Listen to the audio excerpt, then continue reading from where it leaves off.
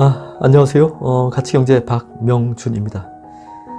오늘부터 다시 가치주의 경제의 가치산정 이론에 대한 진도를 나가려고 합니다. 그동안 주거용 토지의 가치산정과 인간 노동의 공급자 가치산정, 그리고 전기의 공급자 가치산정에 대해서는 말씀을 드렸는데요.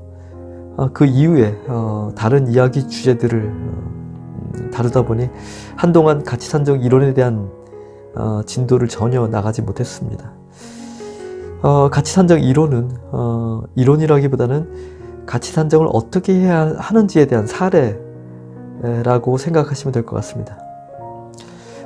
즉 우리가 흔히 접하는 재화나 서비스의 가치가 가치주의 경제의 화폐인 에너지 가치, 시간 가치, 그리고 정신 가치로 어떻게 표현이 되는지를 많은 사례를 통해서 설명을 드리는 내용입니다. 가치 산정에 대해서 설명드릴 때 중요한 것이 소비자 가치와 공급자 가치, 그리고 사회적 가치 개념인데요. 이미 다른 영상에서 말씀드렸던 내용이지만 오늘은 이 개념에 대해서 다시 한번 정리를 해서 설명을 드리려고 합니다. 이것이 제대로 이해가 되어야지만 가치 산정의 사례를 본격적으로 다루게 될 때 그 내용을 이해할 수 있기 때문입니다. 가치 경제에는 가격 모델이라는 것이 있습니다. 이것은 자본주의 경제에는 전혀 없는 개념입니다. 지금의 자본주의에서는 가격 모델이라는 것이 정해져 있지 않으며 공급자가 자신이 원하는 대로 가격을 책정해서 시장에 내놓게 됩니다. 이때 보통 재화나 서비스를 공급하는 데 소모하게 되는 전체의 원가를 고려하게 되고 여기에 적절한 이윤을 붙이게 됩니다. 물론 이렇게 하지 않아도 됩니다. 가격을 정하는 것은 공급자가 마음대로 할 수 있는 것이니까요. 하지만 공급자들은 자신이 손해보지 않기 위한 가격으로 책정을 하려고 하게 되고요. 그렇게 하려면 원가에 이윤을 붙여서 시장에 내놓는 이러한 가격 모델을 선택하게 된다고 볼 수 있습니다. 가치주의 경제에서는 자본주의와 다른 가격 모델을 가지고 있는데요. 가치주의 경제에서는 이것을 권장 공급 가격 혹은 권장 공급 가치라고 부르며 이것은 소비자 가치와 공급자 가치 그리고 사회적 가치의 합산으로 산정이 됩니다. 여기서 권장이라는 말을 붙인 이유는 가치를 산정했을 때 이것이 거래 가격이 되는 것이 아니라 가격 정보가 된다는 의미입니다. 즉 공급자는 가치 산정에 의해서 산정된 권장 공급 가격 혹은 권장 공급 가치대로 시장에 내놓아야 하는 것이 아니라 자신이 원하는 가격을 그대로 시장에 내놓게 됩니다. 다만 소비자들은 공급자들이 제시하는 거래 가격과 가치 산정에서 나온 권장 공급 가격에 대한 정보를 모두 알 수가 있으며 공급자들은 소비자들의 선택 여부를 감안을 해서 자신이 얼마의 시장에 내놓아야 될지 그 거래 가격을 정하게 됩니다. 즉 가치 산정 여부와 상관없이 가치주의 경제에서는 시장 경제의 원리가 그대로 적용되어 돌아간다는 것이며 이것은 자본주의와 동일합니다. 다만 가치 산정의 정보가 소비자에게 제공이 된다는 점이 자본주의와 다르게 됩니다. 이제 가치주의 경제의 가격 모델이 자본주의와 다르게 되는 이유에 대해서 살펴보아야 하는데요. 가치주의 경제에서 거래를 바라보는 관점은 지속 가능한 가치의 교환이 되어야 한다라고 보는 것입니다. 우리는 모두 다 가치를 만들어내며 또한 그것을 교환해서 다 함께 살아가게 됩니다. 즉 자신이 할 수 있는 일을 해서 그 결과를 사회에 내놓고 또 다른 사람들이 해놓은 일의 결과를 얻어야지만 살아갈 수가 있는 것입니다. 이렇게 가치 교환이 필요한데 만약에 가치 교환이 어느 한쪽이 유리하게 되어 있다면 그 다른 쪽은 자신이 이를 통해서 가치를 만들어내는 이러한 활동을 언젠가는 중단을 하게 됩니다. 왜냐하면 자신이 그 일을 통해서 먹고 사는 일이 언젠가는 안 되기 때문이죠. 그래서 거래라는 가치 교환이 아무런 문제 없이 지속이 되려면 어느 한쪽이 유리한 구조가 아니라 자신이 내놓은 가치만큼을 그대로 돌려받도록 하는 방법이 가장 이상적인 교환의 방법이 됩니다. 준 것만큼 받는 것이기 때문에 가장 합리적이고 지속 가능한 그러한 이상적인 교환의 방법이 되는 것이죠. 이때 중요한 것은 자신이 무엇을 제공했는지를 제대로 정의해야 합니다. 지금의 자본주의 경제에서의 가격은 자신이 내놓은 것의 가치에는 관심이 없고 단지 그것을 만들어내기 위해서 얼마만큼의 가치를 소모했는지에만 주목을 합니다. 이것이 문제입니다. 구매자 혹은 소비자가 구매를 통해서 어떠한 가치를 얻느냐가 중요한 것이 아니라 공급자가 얼마의 비용을 소모했는지 그리고 손해를 보지 않는 것이 어떻게 돼야 되는지 이것이 중요해서 그런 관점으로 운영되는 자본주의 경제라고 볼 수가 있는 것이죠. 자본주의 경제의 가격이라고 볼 수 있는 것이죠. 그래서 가치주의 경제에서는 새로운 가격 모델을 통해서 합리적이고 이상적인 거래가 이루어지도록 하고 있습니다. 이 가격 모델에서 가장 기본이 되는 것은 소비자 가치입니다. 이 소비자 가치가 곧 공급자가 제공한 것이 얼마만큼의 가치인지를 정의하는 것입니다. 소비자 가치는 거래를 통해서 소비자가 얻는 가치를 의미합니다. 소비자가 재화나 서비스를 구매하는 이유는 결국 자신이 필요한 가치를 얻고자 하는 것인데 소비자 가치는 소비자가 이러한 어떠한 재화나 서비스를 구매하면 소비자 가치만큼의 가치를 얻게 된다는 그 정보입니다. 공급자가 이 재화나 서비스를 만들어내기 위해서 들인 비용과는 전혀 무관합니다. 자본주의 경제에서는 공급자가 지속적인 이득을 취하기 위해서 제품의 수명이 짧아지도록 만드는 경우가 있습니다.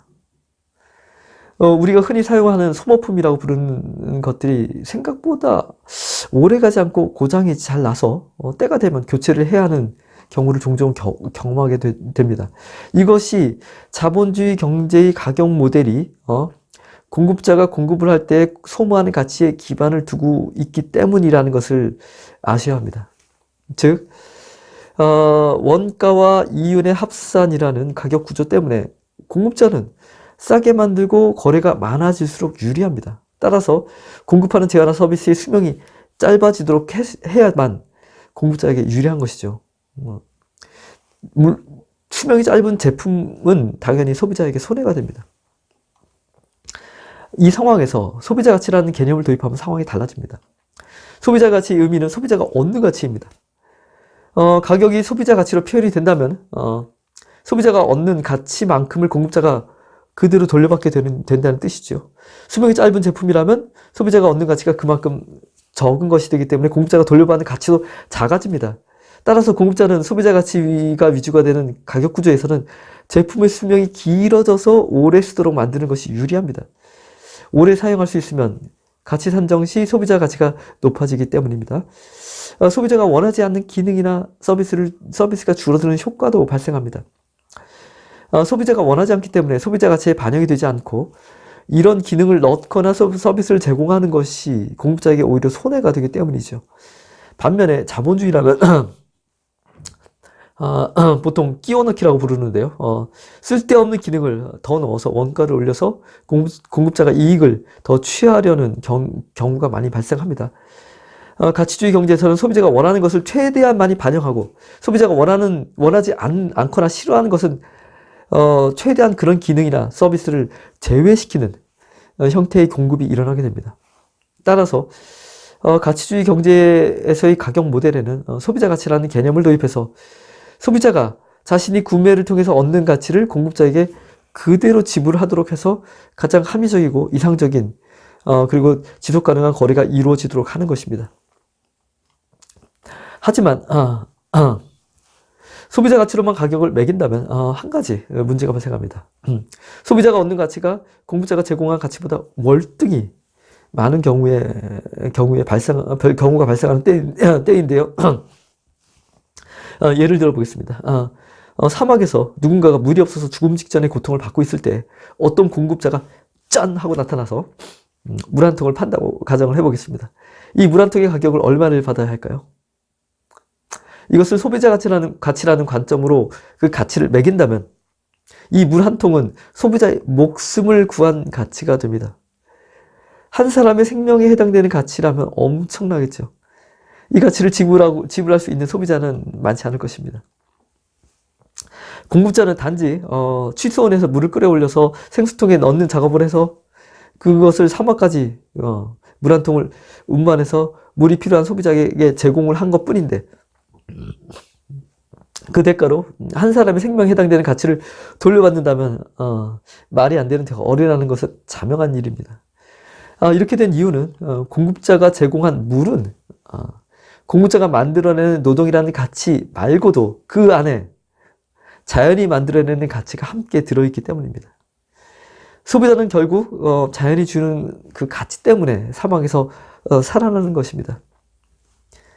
공급자가 물론 노동을 했기 때문에 그것이 사막 한가운데까지 물 한 통이 배달이 될 수 있었지만은 그 소비자가 그 물을 먹어서 생명을 다시 되찾게 되는 그 결정적인 이유는 그 물 자체 때문입니다. 물 자체는 공급자가 만들어낸 것이 아니라 원래 자연에 있는 것이죠. 자연이 만들어낸 것입니다.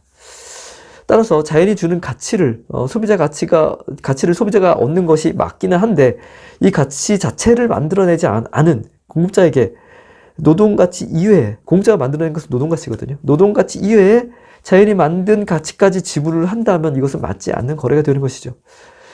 이것은 자연이 주는 가치를 소비자 가치로 산정하는 것이 맞지 않는다라는 것을 알 수가 있는 대목입니다. 따라서 이런 경우에는 소비자가 공급자에게 지불해야 하는 가치는 자연이 주는 가치를 제외하고 공급자가 제공한 가치만을 산정해서 그것을 지불하는 것이 가장 합리적입니다. 공급자가 제공한 가치는 공급자가 공급을 위해서 소모하는 가치를 의미하며 가치주의 경제에서는 이것을 공급자 가치라고 부르게 됩니다. 이 공급자 가치의 개념은 가만히 생각을 해보면 자본주의에서의 원가의 개념과 마찬가지라는 것을 알 수가 있습니다. 자본주의에서는 보통 원가에 이유를 붙여서 가격을 매기게 되는데 가치주의 경제에서는 소비자 가치로 가격을 매기는 것을 기본으로 하지만 소비자 가치로 산정이 되지 않는 재화나 서비스는 공급자 가치로 산정을 하게 됩니다. 소비자 가치로 그 가치를 매길 수 없는 경우는 자연이 주는 가치를 구매할 때인데요. 물이나 공기, 농산물, 축산물, 수산물, 임산물, 그리고 자연 자원 등이 이에 해당이 됩니다. 인간이 직접 만드는 가치들은 소비자 가치로 가치 산정을 하면 되지만 자연이 만드는 가치는 공급자 가치로 가치 산정을 하게 됩니다.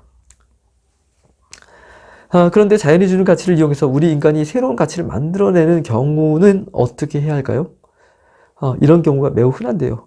예를 들어서 음식 서비스라는 가치가 그런 경우입니다. 식재료들은 모두 자연이 주는 가치인데요. 하지만 그것을 요리하는 것은 인간이 새로운 가치를 만들어내는 것에 해당이 됩니다. 이때는 식재료는 공급자 가치로 가치를 산정하고 그리고 요리는 소비자 가치로 가치를 산정을 하게 됩니다. 즉 하나의 가격 안에 공급자 가치만 따로 있고 소비자 가치만 따로 있는 것이 아니라 이것이 섞여 있는 것이죠. 그래서 가치주의 경제의 가격 모델은 소비자 가치와 공급자 가치의 합산으로 표현이 됩니다.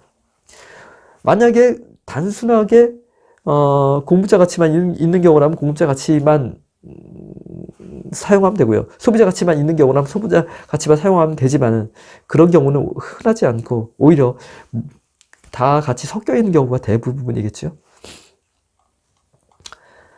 따라서 좀 전에 말씀드렸지만 가치주의 경제의 가격 모델에는 소비자 가치 더하기 공급자 가치 이렇게 표현할 수 있고요. 근데 또 한 가지를 더 생각을 해야 합니다. 공급자가 공급하는 재화나 서비스 중에는 공급 과정이나 혹은 공급 이후에 사회적인 여파가 발생하는 경우가 있습니다. 공급하는 재화나 서비스가 소비자에게는 상관이 없지만 다 함께 살아가는 사회에는 손실이 발생하는 경우인데요. 물론 손실이 아니라 유익이 발생하는 경우도 있습니다. 이렇게 공급자의 공급 과정이나 공급 이후에 사회적인 유익이나 손실이 발생하는 경우에 이것을 묵과한다면 사회 전체가 영향을 받게 되는데요. 특별히 손실이라면 이러한 공급이 지속적으로 일어나는 것이 한계가 있다는 뜻이 됩니다. 예를 들어서 원자력 발전으로 전기를 생산한다면 전기라는 유익을 얻을 수가 있지만 동시에 방사성 폐기물이라는 고준위 그리고 저준위 방사성 폐기물이라는 엄청난 사회적 손실이 발생하게 되고 또한 원자력 발전소가 사고가 날 가능성이 있죠. 뭐 사람에 의해서 또는 자연에 의해서도 어쨌든 사고에 의해서 엄청난 환경 재난이 일어날 수 있다는 손실의 가능성이 생기는 것입니다. 사회적 손실의 원인을 전기 공급자가 제공을 했다면 이러한 손실에 대한 책임이 공급자에게 돌아가도록 하는 것이 합리적입니다. 따라서 공급자가 재화나 서비스를 공급할 때 이것을 공급자에게 부담을 시킨다면 매우 합리적이며 이상적인 거래가 됩니다. 즉 가치주의 경제의 가격 모델에는 소비자 가치와 공급자 가치 그리고 사회적 가치가 합산이 된 형태가 되는 것이죠.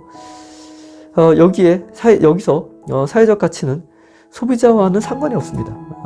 공급자와 사회와의 거래에 해당이 됩니다. 따라서 어떠한 재화나 서비스가 시장에 공급되어서 거래가 될 때 소비자 가치와 공급자 가치의 합산은 공급자와 소비자 간의 거래에 해당이 되며 가치 정산이 소비자와 공급자 사이에서 이루어지게 되고요. 사회적 가치 항목에 대해서는 공급자와 사회가 가치 정산을 하게 됩니다. 오늘은 가치 산정 이론, 즉 가치 산정의 다양한 사례들을 설명하는 영상에 앞서서 가치주의 경제의 가격 모델에 대해서 다시 한번 정리를 했습니다. 자본주의 경제에서는 원가와 이윤의 합산이라는 가격 구조가 일반적인데요. 가치주의 경제의 가격 모델은 소비자 가치를 기본으로 하고 자연에서 얻는 가치는 공급자 가치로 가치를 산정해서 더하게 되면 여기에 사회적 가치를 산정해서 합산하게 되는 구조를 갖고 있습니다. 자본주의 경제에서는 원가에 이윤을 붙이는 가격 구조를 가지고 있는데요. 가치주의 경제에서는 거래에서 이윤을 붙이지 않습니다. 서로 간에 이윤을 붙이지 않으면 이윤 때문에 발생하게 되는 가치 교환에 모순이 생기지 않으며 지속 가능한 거래가 됩니다. 이윤에 의한 모순에 대해서는 이윤을 붙이기 때문에 발생하는 모순에 대해서는 다른 영상에서 이미 올렸는데요. 그 내용을 올렸는데요. 필요하신 분들은 참조하시길 바랍니다. 제목은 가치주의 경제에서는 이윤을 붙이지 않는다라는 제목입니다. 잘 이해가 안 되신 분은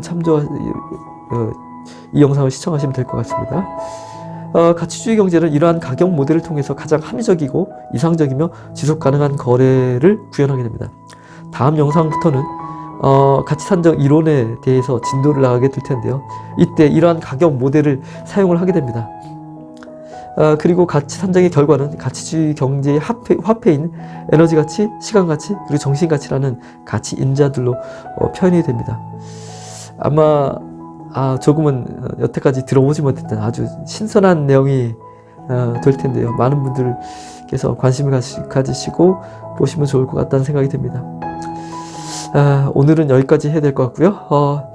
구독을 안 하신 분들은 구독을 해주시면 감사하겠고요. 그리고 좋아요 버튼도 눌러주셔서 가치경제 채널을 응원해 주시길 바랍니다. 짧지 않고 긴 영상인데 시청해 주셔서 감사합니다. 좋은 하루 되시길 바랍니다. 감사합니다.